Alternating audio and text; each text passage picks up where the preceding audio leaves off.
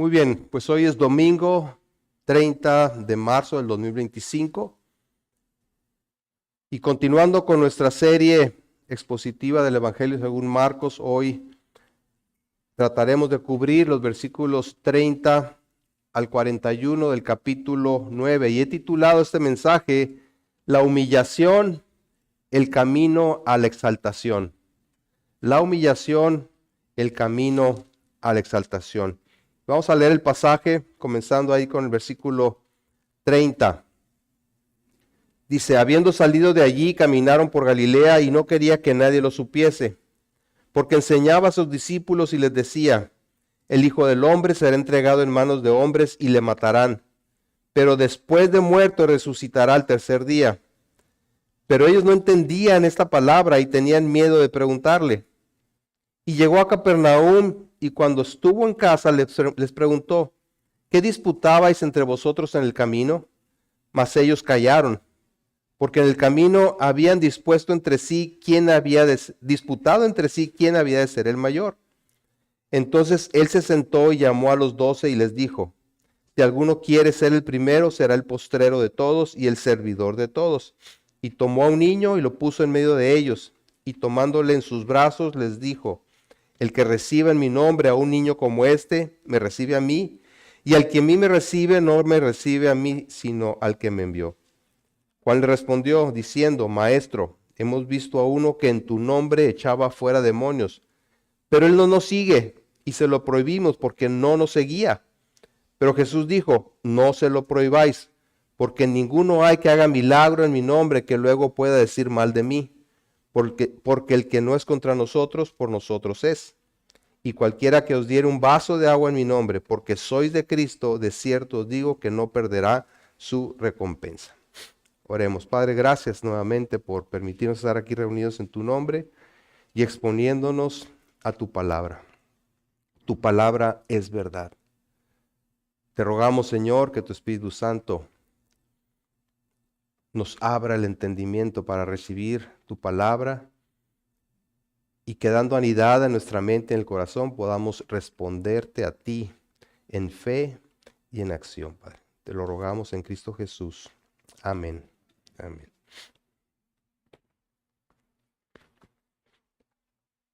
¿Qué implica seguir a Cristo? Lo vimos anteriormente en el capítulo 8. Negarse a sí mismo, tomar la cruz, es decir, estar dispuesto a dar la vida y seguirlo. Y seguirlo. Y seguirlo es imitar sus pasos. En Juan 13, versículo 15, dice, porque ejemplo os he dado, dijo el Señor, para que como yo os he hecho, vosotros también hagáis. Y esto lo dijo después de haber lavado los pies de los discípulos. En el versículo 14 dice, pues si yo, el Señor y Maestro, he lavado vuestros pies, vosotros también debéis lavar los pies los unos a los otros. Les he dado ejemplo para que así como yo lo he hecho, ustedes también lo hagan. Así que venir a Cristo o seguirlo implica disponerse para servir a los demás y no esperar a ser servidos por los demás. Es decir, la vida cristiana no consiste en procurar nuestra propia satisfacción y beneficio, sino la de los demás. Y lo voy a recalcar. La vida cristiana no consiste en procurar nuestra propia satisfacción y beneficio, sino la de los demás. Pablo lo pone en estas palabras en 1 Corintios, capítulo 10, versículo 32, diciendo, no seáis tropiezo, es decir, estorbo, ni a judíos, ni a gentiles, ni a la iglesia de Dios, como también yo en todas las cosas agrado a todos, no procurando mi propio beneficio, sino el de muchos, para que sean salvos. Y continúa diciendo, sed imitadores de mí, así como yo de Cristo. Así como yo sigo e imito el ejemplo de Cristo, ustedes imítenme a mí. Entonces la esencia de la vida cristiana no es procurar mi propio beneficio, sino el de muchos. Y el ejemplo supremo de eso lo tenemos en el Señor Jesucristo, quien no solamente se humilló para lavar los pies de sus discípulos, sino que entregó su vida en rescate por los pecadores. En Efesios 5:1 dice: sed pues imitadores de Dios como hijos amados y andad en amor como también Cristo nos amó y se entregó a sí mismo por nosotros, ofrenda y sacrificio a Dios en olor fragante. Al llegar a esta sección del Evangelio según Marcos, el Señor Jesús pone de nuevo delante de sus discípulos precisamente el tema de su muerte y resurrección. Ya lo había hecho antes, en el capítulo 8, y en esa ocasión en la que Jesús habló de la necesidad de padecer y morir, Pedro, si recuerdan, lo reprendió diciéndole: Señor, ten compasión de ti, en ninguna manera esto te acontezca. A lo que Jesús respondió reprendiendo a Pedro, diciéndole: aléjate de mí, Satanás, porque no pones la mira en las cosas de Dios, sino en la de los hombres. Y acto seguido, Jesús enseña acerca del costo de seguirlo. Y lo dijo muy claro: el que no se niegue a sí mismo, tome su cruz y me sigue, no puede ser mi discípulo. Ahora encontramos nuevamente a Jesús hablando de que sería entregado en manos de hombres para matarlo. ¿Y cuál es la preocupación de los discípulos? Disputaban acerca de quién de ellos tomaría la posición predominante. Increíble, ¿verdad? Entonces Jesús les da una lección acerca del camino a la verdadera grandeza, el camino de la humillación. ¿Quieren ser los primeros? ¿En realidad quieren ser los primeros? Les dice: pásense al final de la fila. ¿Quieren ser reconocidos? Dispónganse a servir a los demás. En el reino de los cielos, a diferencia del mundo, la humillación es el camino a la exaltación. La verdadera grandeza está en servir y no en ser servido. Y he dividido esta sección en 4 apartados: la humillación anunciada, la humillación resistida, la humillación ejercida y la humillación ilustrada. Espero, y es mi oración, que cada uno de nosotros seamos confrontados, exhortados y animados por la palabra de Dios, para que, como dice Pablo en Efesios 4, andemos como es digno de la vocación con que fuimos llamados, con toda humildad y mansedumbre, soportándonos con paciencia los unos a los otros en amor, solícitos en guardar la unidad del Espíritu en el vínculo de la paz. Veamos entonces la primera parte, que es la humillación anunciada. Versículos 30 al 32. Dice: habiendo salido de ahí, caminaron por Galilea y no quería que nadie lo supiese, porque enseñaba a sus discípulos y les decía: el Hijo del Hombre será entregado en manos de hombres y le matarán, pero después de muerto resucitará al tercer día. Pero ellos no entendían esa palabra y tenían miedo a preguntarle. Aquí tenemos a Jesús y sus discípulos moviéndose en dirección a Capernaum, pasando por Galilea una vez más y tal vez por última vez, de manera discreta para no atraer a las multitudes. De ahí se dirigirían hacia el sur, a Judea y finalmente a Jerusalén, en dirección a la cruz. De aquí en adelante todo el camino es en dirección a la cruz. De manera que nuevamente el Señor trata el tema de su muerte y resurrección. Y si se dan cuenta, No se refiere a Él como diciendo es necesario que yo muera, sino al Hijo del Hombre. Una referencia muy recurrida en el Evangelio de Marcos y que apunta a Daniel 7, donde habla del Hijo del Hombre a quien le fue dado un dominio eterno y un reino que no será destruido. Y precisamente el conflicto que los discípulos y seguidores de Jesús tenían con el tema de su muerte es que el Mesías esperado por ellos vendría a establecer un reino eterno. Y por otro lado no comprendían el tema de la resurrección de entre los muertos. Porque en el judaísmo se pensaba que la resurrección era algo que ocurría al final de los tiempos, cuando todos los muertos resucitarían y serían juzgados por Dios. La resurrección de un individuo dentro de la historia era algo que se escapaba de su manera de ver las cosas. Con todo y que Jesús ya había resucitado algunos. Y por más que se hablara en el Antiguo Testamento del Mesías sufriente y de la resurrección, como que no lograban conectar los puntos porque seguían pensando en términos terrenales y racionales. Querían las soluciones en el aquí y el ahora. Y eso es lo que pasa cuando hay prejuicios o ideas preconcebidas.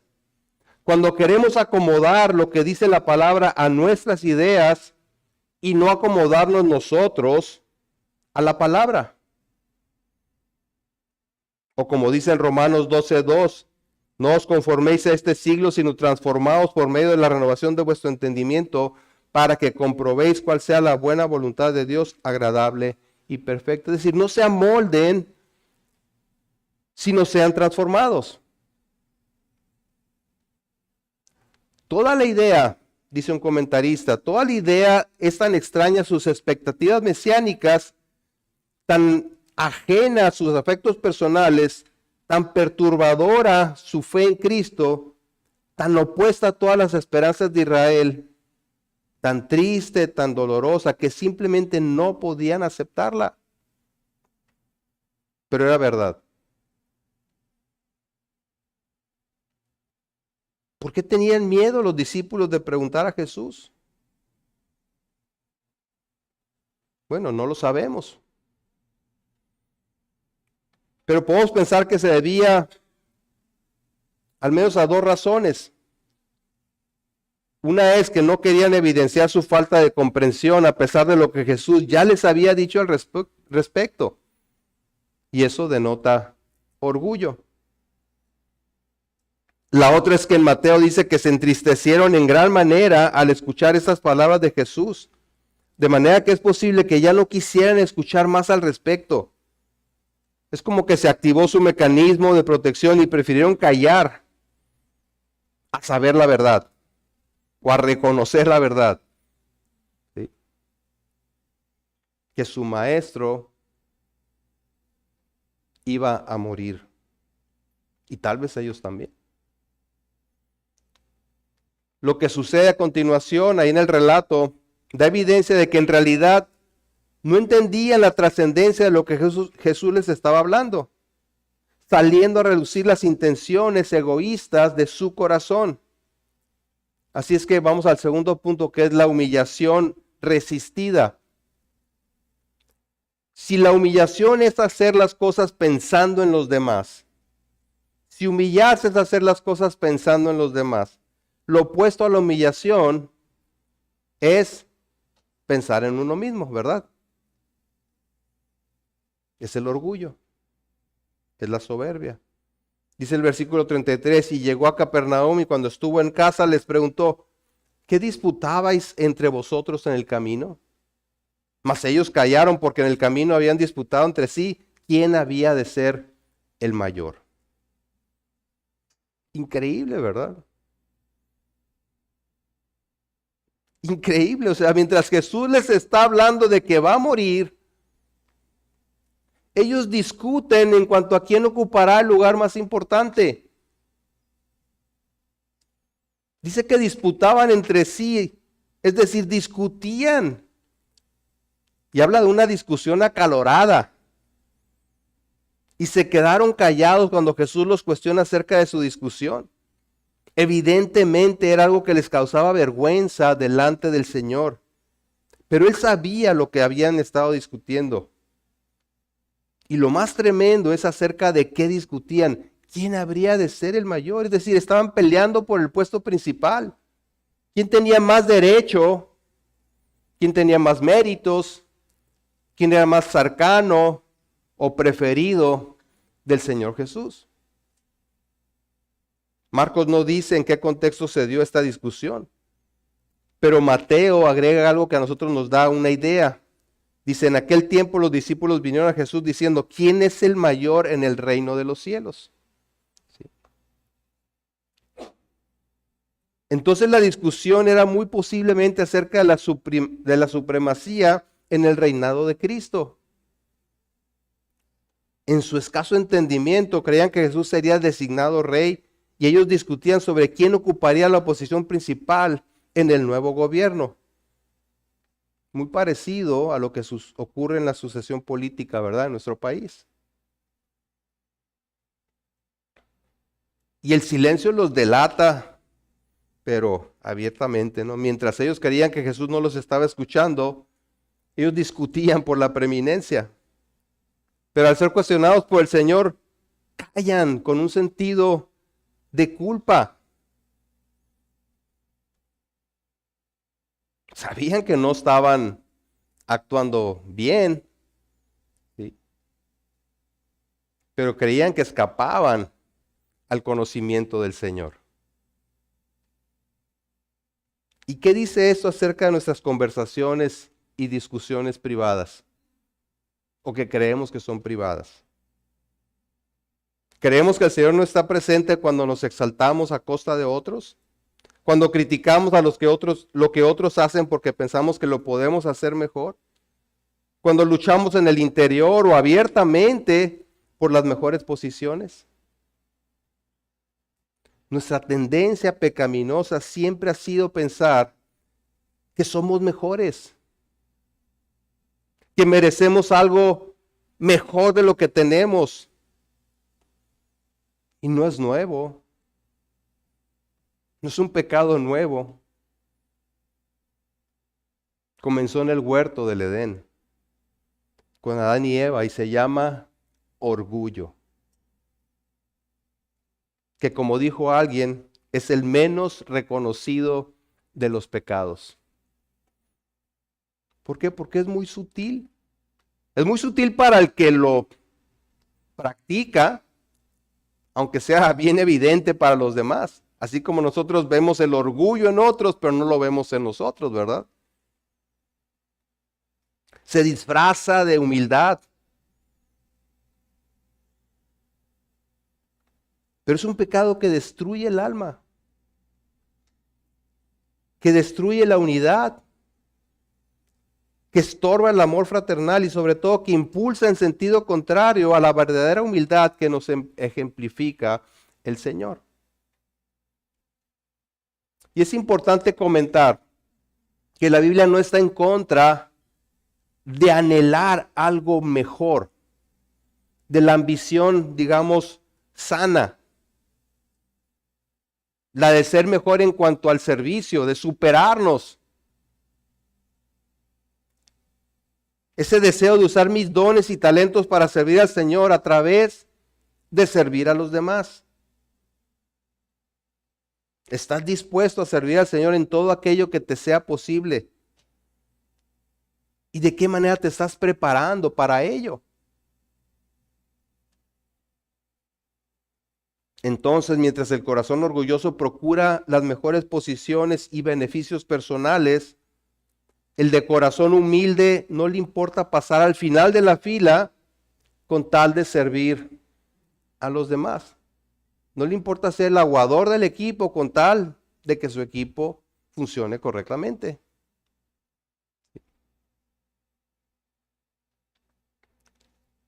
Y eso nos lleva al tercer encabezado, que es la humillación ejercida. El que quiera ser el mayor es necesario que primero se humille haciéndose servidor.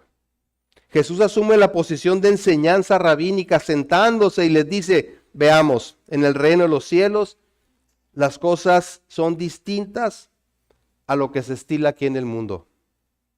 Versículo 35. Entonces él se sentó, llamó a los 12 y les dijo, si alguno quiere ser el primero, será el postrero de todos y el servidor de todos. Y esto de entrada así como que sonó completamente opuesto a la cultura prevaleciente. Y es opuesto a la cultura nuestra el día de hoy. ¿Qué esperanzas que el camino a la supremacía sea el de servir a los demás? Ni siquiera los llamados servidores públicos, entre comillas, los gobernantes, quienes se supone que están para velar por las necesidades del pueblo, buscan realmente servir, sino servirse a sí mismos y hacerlo a expensas del pueblo. Y en el medio privado es igual, donde la competencia por los mejores puestos es férrea y nadie quiere demostrar la menor debilidad. No solo eso, sino que son capaces de denostar, de menospreciar a cualquier otro para poder escalar por encima. Jesús denunció esta actitud en diversas ocasiones con respecto a los líderes religiosos de Israel. Vayan ahí adelante a Marcos 12, versículo 38.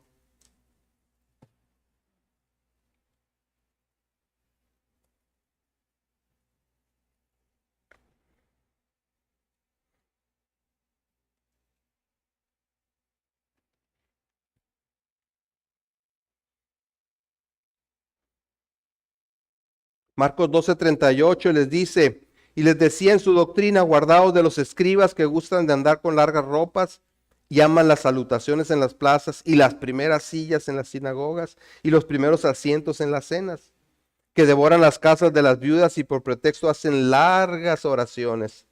Estos recibirán mayor condenación. ¿Quieren en realidad ser los primeros? ¿Los que ocupen las posiciones más importantes? Entonces tienen que estar dispuestos a ser los últimos, a sacrificarse por los demás y disponerse para servirles. En pocas palabras, deben de estar dispuestos a humillarse. Y si alguien lo hizo de manera ejemplar, sabemos que fue el Señor Jesucristo. Como les dije, no solamente se humilló en su trayectoria por este mundo, andando con ellos, al grado de lavar los pies de sus discípulos como el menor de los servidores, sino especialmente en cuanto a dejar la gloria para hacerse como uno de nosotros. Y siendo hombre, humillarse aún más para morir crucificado como si fuera un criminal, llevando nuestros pecados. Vamos a Filipenses capítulo 2, donde el apóstol Pablo plasma esto de una manera preciosa.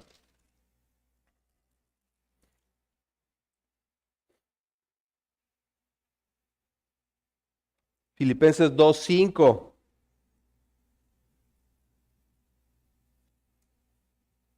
Viene la exhortación, haya pues en vosotros este sentir que hubo también en Cristo Jesús, el cual siendo en forma de Dios no estimó el ser igual a Dios como cosa a que aferrarse, sino que se despojó a sí mismo, tomando forma de siervo, hecho semejante a los hombres, y estando en la condición de hombre se humilló a sí mismo, haciéndose obediente hasta la muerte y muerte de cruz. Doble humillación, ¿verdad? Deja su gloria para venir a este mundo como un ser mortal. Y estando aquí y siendo justo, va a la cruz a morir como un criminal. ¿Sí? ¿Y cuál fue el resultado? Versículo 9. Por lo cual Dios también le exaltó hasta lo sumo y le dio un nombre que es sobre todo nombre, para que en el nombre de Jesús se doble toda rodilla de los que están en los cielos y en la tierra y debajo de la tierra, y toda lengua confiese que Jesucristo es el Señor, para gloria de Dios Padre. El resultado de su humillación es su exaltación. Y entonces Jesús procede a ilustrar el servicio sacrificial. ¿Sí? Ya les dijo en qué significa, qué implica el querer ser el mayor, el querer ser el primero. Ahora se los va a ilustrar. Vemos en cuarto lugar la humillación ilustrada. ¿Qué significa humillarse? Versículo 36 dice, y tomó a un niño y lo puso en medio de ellos y tomándole en sus brazos les dijo, el que reciba en mi nombre a un niño como este me recibe a mí, y el que a mí me recibe no me recibe a mí, sino al que me envió. Tal vez los niños pequeños sean vistos hoy, ¿verdad?, en nuestra cultura de manera distinta como eran considerados en aquellos tiempos.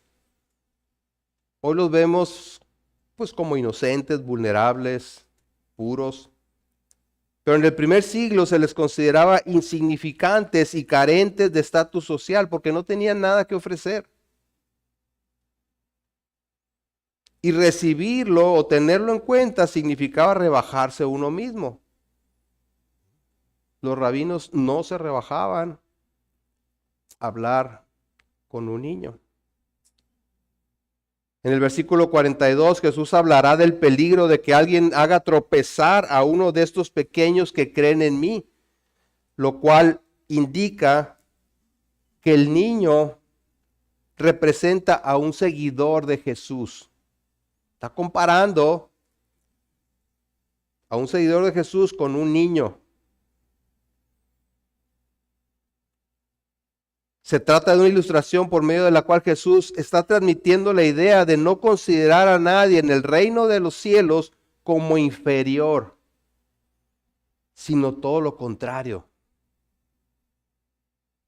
Como dice en Filipenses 2, antes de los versículos que leímos en Filipenses 2, 3, dicen, nada hagáis por contienda o por vanagloria. Antes bien con humildad, estimando cada uno a los demás como superiores a él mismo. No mirando cada uno por lo suyo propio, sino cada cual también por lo de los otros. Y después haya pues en ustedes este sentir que hubo también en Cristo Jesús, ¿verdad? Y habla de su humillación.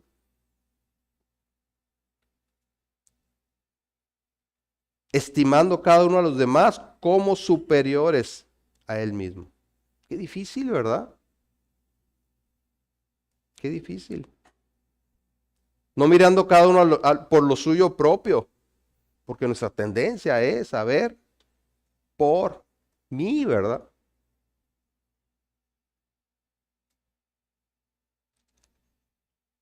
Lo que Jesús les dice es que al hacerse menos y disponerse a servir al que es considerado el menor o menos importante, en realidad está sirviendo a Jesús y por lo tanto a aquel que lo envió, al Padre.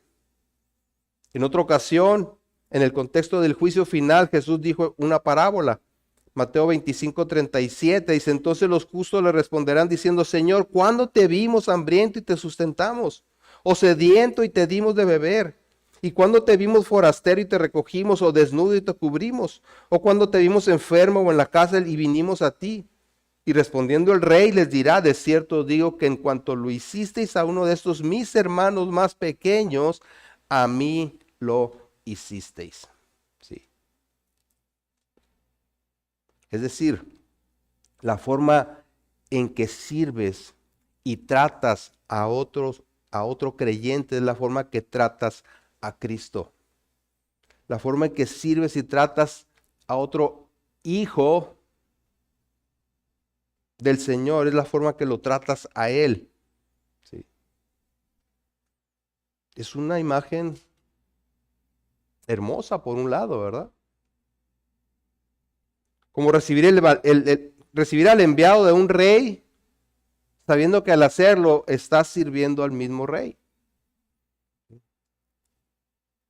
pero también es una imagen fuerte. Porque nos lleva a cuestionarnos cómo tratamos a nuestros hermanos en la fe. ¿Cómo tratamos a los que tenemos más cerca y a los que tenemos más lejos? ¿Sí?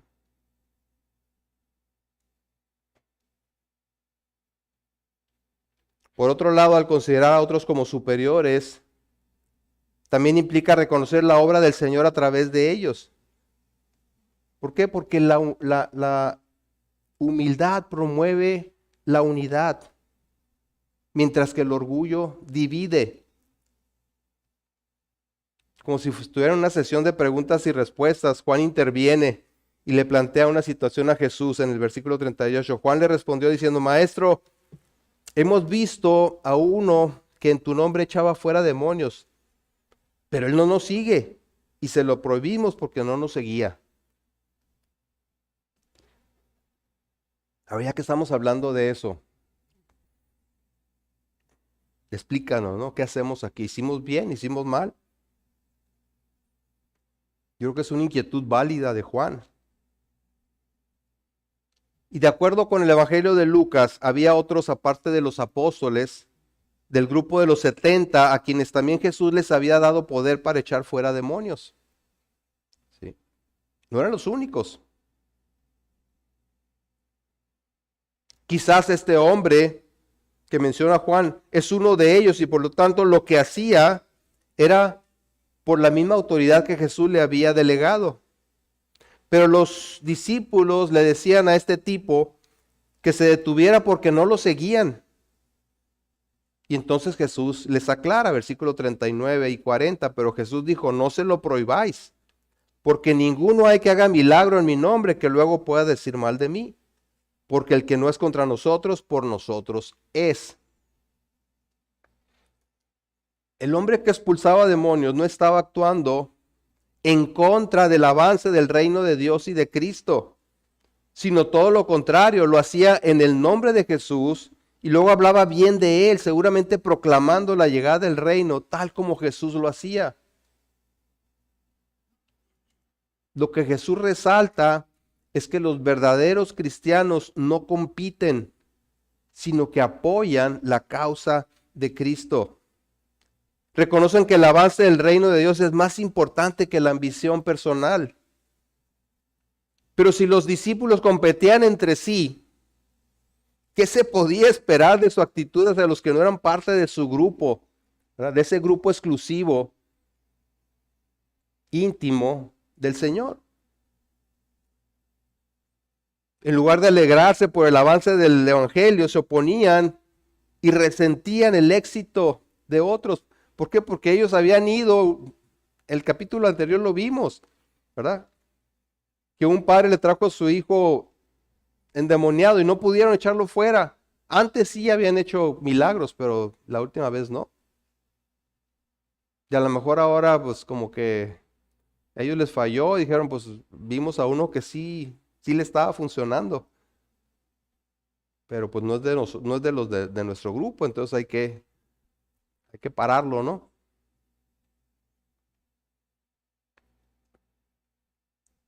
Entonces, como les digo, es más importante el avance del reino de Dios que la ambición personal. Y vemos en la respuesta de Jesús que el ministerio cristiano no es exclusivo de cierto grupo y que los propósitos del reino de Dios son más importantes que los objetivos personales. Y es un tema delicado y que requiere tal vez un tratamiento más extenso, porque no está implicando que debamos estar unidos con cualquiera que hable en el nombre de Jesús, aun si su doctrina sea equivocada. La Biblia es clara al respecto.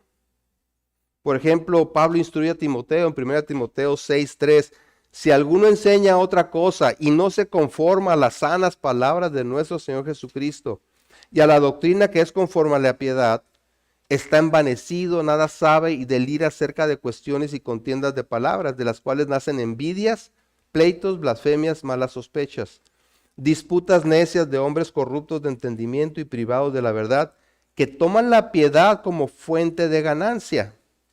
Apártate de los tales. Vemos una diferencia aquí entre aquel hombre que estaba expulsando demonios y lo estaba haciendo en apoyo a la obra de Jesús. Alguien como lo que comenta aquí Pablo, ¿no? Alguien que evidentemente lo que hacía lo hacía como fuente de ganancia. Que toman la piedad como fuente de ganancia, que estaba aprovechando pues del ministerio. Dice, apártate de ellos. Apártate de ellos. No se trata de, nos vamos a unir con cualquiera, no importa lo que enseñen, no importa lo que hagan. No. No está hablando de eso. ¿Sí? Está hablando de reconocer que la obra del Señor no es exclusiva de unos cuantos. Y que en la medida que podamos apoyar esa obra, la debemos hacer si es fiel a Él y a su palabra. Está promoviendo el trabajo en equipo por el avance del reino de los cielos, lo cual implica reconocer la contribución que otros hacen en este sentido. Y eso significa abandonar todo sentimiento de superioridad. Todos pueden contribuir de alguna manera al evangelio sin importar la posición. Por eso dice a continuación en el versículo 41, y cualquiera que os diere un vaso de agua en mi nombre, porque sois de Cristo, de cierto os digo que no perderá su recompensa. Hasta aquel que les dé un vaso de agua en mi nombre está participando de la obra de Cristo. Esta declaración está ligada al versículo 40 por la palabra y, o mejor aún porque. Y en el versículo 37 habla de recibir al más insignificante de los seguidores de Jesús, lo cual se ejemplifica ahora con el ofrecimiento de un vaso de agua. El que es por nosotros es el que apoya el avance del evangelio, no importando cuál sea su posición y su función.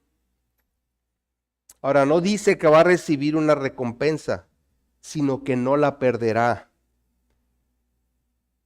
No dejará de recibirla. ¿Por qué? Porque lo que hace es por el deseo de contribuir al avance del reino de Cristo. ¿Sí? No lo está haciendo por la recompensa en sí, sino que su recompensa es que el reino de Cristo esté avanzando. Y una buena ilustración de eso es una anécdota que leí. Cuenta que había un chico en una aldea que gracias al apoyo económico de un zapatero logró terminar sus estudios en el seminario y en su momento fue ordenado como pastor.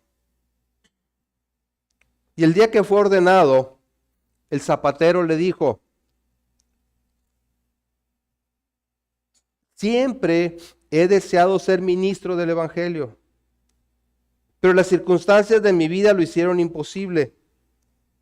Pero tú estás logrando lo que estuvo cerrado para mí. Y quiero que me prometas una cosa. Quiero que me permitas hacer y arreglar tus zapatos sin pagarme nada, pero que te los pongas para subir al púlpito a predicar. Y entonces yo sabré que estás predicando el evangelio que yo siempre quise predicar con mis zapatos puestos. Él sabía que él no podía estudiar, no podía prepararse para el ministerio, pero fielmente estuvo apoyando a este joven, ¿verdad? Para que terminara sus estudios, y cuando se convirtió en pastor, entonces él dijo, ahí estoy yo de alguna manera. Yo contribuí, su gozo era ese, ¿verdad? No el no estar, sino el poder estar ahí, habiendo participado, apoyando a este joven. Así que por medio de estas palabras Jesús resalta que aquellos que proporcionan amor y apoyo a los discípulos de Jesús están obrando para el reino y tendrán su contentamiento con ello.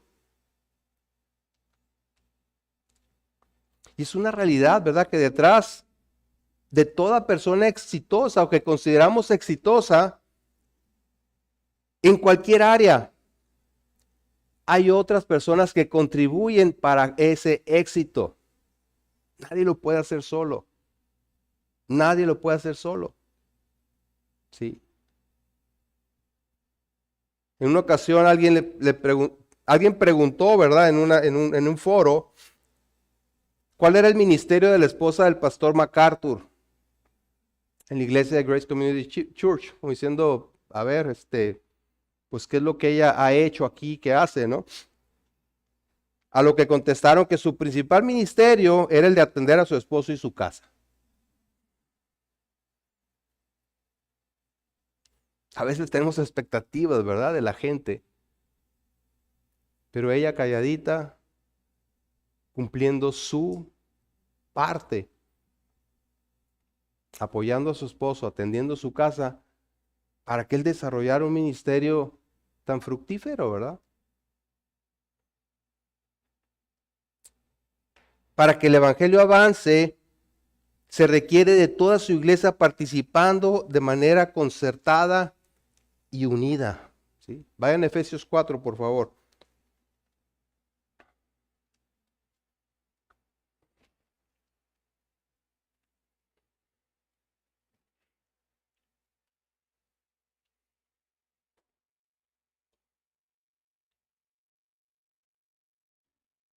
Versículo 15.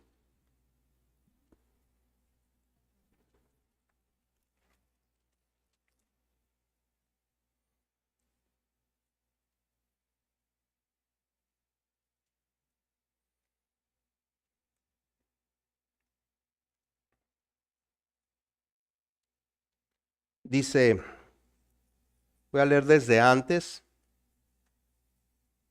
desde el 11, dice, y él mismo constituyó a unos apóstoles, a otros profetas, a otros evangelistas, a otros pastores y maestros, a fin de perfeccionar a los santos para la obra del ministerio, para la edificación del cuerpo de Cristo, hasta que todos lleguemos a la unidad de la fe y del conocimiento del Hijo de Dios, a un varón perfecto, a la medida de la estatura de la plenitud de Cristo, para que ya no seamos niños fluctuantes llevados por doquiera de todo viento de doctrina, por estratagema de hombres que para engañar emplean con astucia las artimañas del error, sino que siguiendo la verdad en amor, crezcamos en todo en aquel que es la cabeza, esto es Cristo, de quien todo el cuerpo bien concertado y unido entre sí por todas las coyunturas que se ayudan mutuamente, según la actividad propia de cada miembro, recibe su crecimiento para ir edificándose en amor.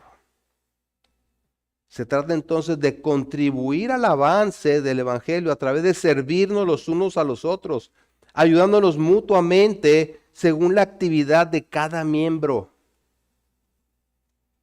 ¿Para qué? Para que el cuerpo de Cristo, la iglesia del Señor, reciba su crecimiento. Como dice Pablo ahí mismo en Filipenses 1:27, se trata de combatir unánimes por la fe del evangelio, estando firmes en un mismo espíritu. El orgullo destruye la unidad, provocando contiendas. Pero el espíritu humilde y sacrificial promueve la unidad y el avance del evangelio. En 1 Corintios 1:10 dice, os ruego pues, hermanos, que por el nombre de nuestro Señor Jesucristo, que habléis todos una misma cosa y que no haya entre vosotros divisiones, sino que estéis perfectamente unidos en una misma mente y en un mismo parecer. Cuidado. Y eso es una advertencia para todos nosotros. Cuidado que no te hayas estorbando la obra de Cristo, sino siempre favoreciendo el avance de su reino. No se puede tener un gran impacto para el evangelio con discordia, y falta de unidad, donde el orgullo prevalece sobre la humildad. La vida cristiana se caracteriza, como hemos visto, por dar y no por recibir, por servir y no por ser servido. Ese es el ejemplo de Cristo. Es el ejemplo que nos ha dado.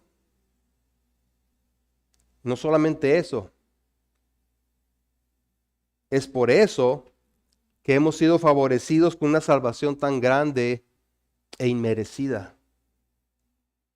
Es por el hecho de su humillación que tenemos por la fe en Él el perdón de nuestros pecados y el regalo de la vida eterna. Porque como vimos, se humilló en primer término despojándose de su gloria y en segundo término humillándose aún más para morir como pecador en la cruz. Jesús nos muestra el camino a la exaltación a través de su sacrificio. Pues como dice él mismo más adelante en Marcos 10:45, porque el Hijo del Hombre no vino para ser servido, sino para servir y para dar su vida en rescate por muchos. Oremos. Padre, gracias. Gracias porque no solamente nos has mostrado el camino a la exaltación, que es la humillación de nuestro Señor Jesucristo, sino que a través de ella hoy podemos estar delante de ti, perdonados nuestros pecados y disfrutando de la comunión contigo, siendo parte de tu familia. Ayúdanos, Señor, a despojarnos de todo peso, de todo orgullo, de todo aquello que nos impida realmente responder a esta gracia que tú has enviado sobre nosotros, humillándonos delante de ti y manteniéndonos humildes, Señor, en nuestro servicio a ti, procurando siempre el beneficio de los demás. Líbranos, líbranos, Señor, de toda soberbia, de toda jactancia, de toda arrogancia, y guíanos en el camino de la humildad. Por el poder de tu Santo Espíritu te lo pedimos. Amén.